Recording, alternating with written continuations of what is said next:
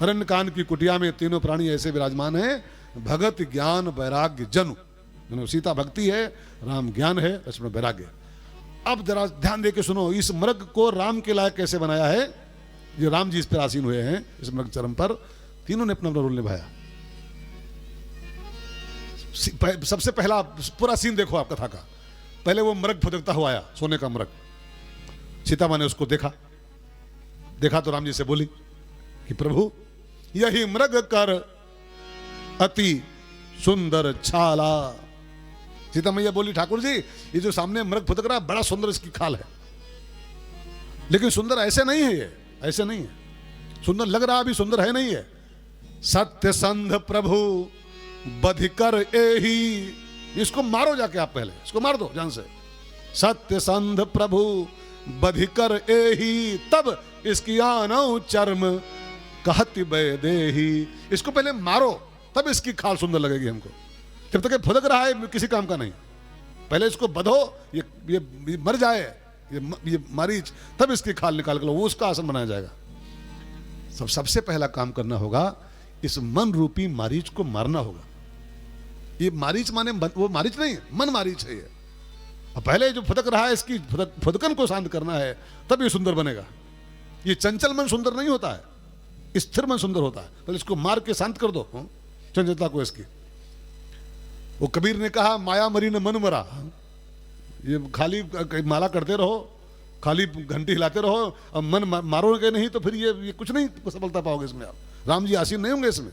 पहले इस मन को मारना पड़ता है, मारीच का पहले वध करो।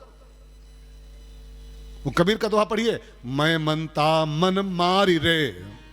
इस जो मतवाले मन को पहले मारो जान से। मैं मनता मतवाला, ठीक है ना, चंचल चंचल, मन मारी रे और नानहा करी करी पीस, और तब सुख पावे सुंदरी ब्रह्म झलक कैसीस। तब ब्रह्म की झलक प्राप्त होती। पहले इस मन को ही मारना पड़ता है। तो भक्ति ने कहा कि प्रभु जी ये जो चंचल मृग फुदक रहा है, ये अपनी चंचलता को खुद नहीं मार पाएगा। इसका चांचल्य जो है ना, इसकी चंचलता, ये अपने चांचल्य को खुद नहीं खत्म कर सकता है। फिर आप जाओ इसको मारो। आप माने राम, राम माने ज्ञान। इस कथा में, इस कथा के साथ ज्ञान ही वो ऐसा तत्व है मनुष्य के जीवन में, अगर ज्ञान स्वयं प्रयास करे तब इस मन के चांचल्य को वो शांत कर सकता है। तब राम जी उठे और जाके उसके चांचल्य को समाप्त किया। मारा बाण, उसको ढीला पड़ गया, खत्म हो गया, ठीक है ना। अब राम तो मार की छुट्टी कर दिए, अगला काम राम नहीं किए हैं। लक्ष्मण से कहा भाई साहब, सीता ने अपना काम कर दिया, निर्देश किया, पूरा गाइड किया हमको, उसी की आज्ञा हुई, तो मैंने अपना काम कर दिया, उसको मार दिया मारीच को। अब तुम्हारा काम ये है, इसकी खाल निकालो और जो मांस वांस लिपटा इसमें सब साफ करो, और जो खून वून इसमें हो सब धो और इसको सुखाओ चमड़े को इसको। अब ड्यूटी तुम्हारी है इसके आगे वाली है। अब ये रक्त मांस जो लगा है सब निकालिए इसका, और चमड़ी ठीक कीजिए, उसको सुखा के बढ़िया बनाइए, तब उससे वासीन होंगे हम। तो लक्ष्मण जी अपना काम से मारीच तो मार के राम चले आए थे, पर लक्ष्मण जी लेके गए चक्कू पीछे से, उसको काटा पीटा, उसको खाल वूल निकाली, उसका मांस वांस अलग किया, खून वून सुखाया, फिर धूप में उसको सुखाया, फिर बढ़िया आसन तैयार किया, तब राम जी आसीन हुए। अब अर्थ क्या बन रहा है? अर्थ क्या बन रहा है कि पहले इस मन के चांचल्य को भक्ति की आज्ञा से ज्ञान मारता है। ज्ञान ही इस मन के चंचलता को मार सकता है, भक्ति के आदेश से, ठीक है। तब दूसरा काम होता है वैराग्य का, तीसरा काम। भक्ति ने आज्ञा दिया, राम ने उसको मार दिया। तब वैराग्य क्या करता है, उसके चमड़े में जो रक्त माने क्या होता है? राग। रक्त का अर्थ राग है। मांस जो आसक्ति चिपकी हुई है, उसको ये वैराग्य सब काट छांट के अलग करता है, उसको सुखाता है, रक्त को मांस को सुखा करके, तब वो चमड़ा जब सूख साख के ठीक होता है, सब खून सूख जाता है, सब मांस सूख जाता है, खाली खाल बचती है, जब सूखी सूखी सी खाल, तब लक्ष्मण जी उसको ठीक करके, और लक्ष्मण रच निज हाथ दसाए, लक्ष्मण जी उसको ठीक करके बिछाते हैं राम जी के लिए।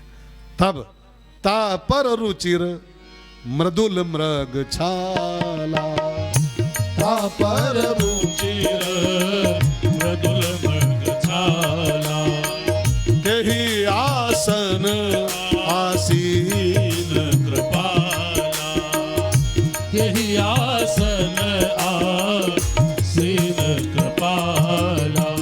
समझ गए समीकरण को? नहीं समझे? नहीं समझे। चंचल मन ही मारीच है। भक्ति कहती है ये अपने आप नहीं मार पाएगा अपने चंचलता को, इसको मारो। ज्ञान जी आप इसको मारो, तो ज्ञान उसको खत्म करता है मन के चांचल्य को, तो वो गिर जाता है। तब लक्ष्मण जी अपना काम शुरू करते हैं, उसके रक्त को मांस को सब सुखा देते हैं, और फिर जब वो वैराग्य युक्त वो जन्म हो जाता है, वैराग्य युक्त, वैराग्य ही वो राग को खत्म करता है। और तब लक्ष्मण जी उस आसन को ठीक करके बिछाते हैं। तब उस आसन पर मने जिसमें चंचलता भी ना हो, जिस मन में कोई रक्त ना हो, कोई मांस ना हो, बिल्कुल सूखा सूखा सा मन, सारे राग मुक्त मन, चांचल मुक्त मन, ये राम जी का आसन बनता है, जिसमें चंचलता भी नहीं है और किसी प्रकार का रक्त नहीं, राग नहीं है, सूखा सूखा सा मन है, वो राम का आसन बनता है।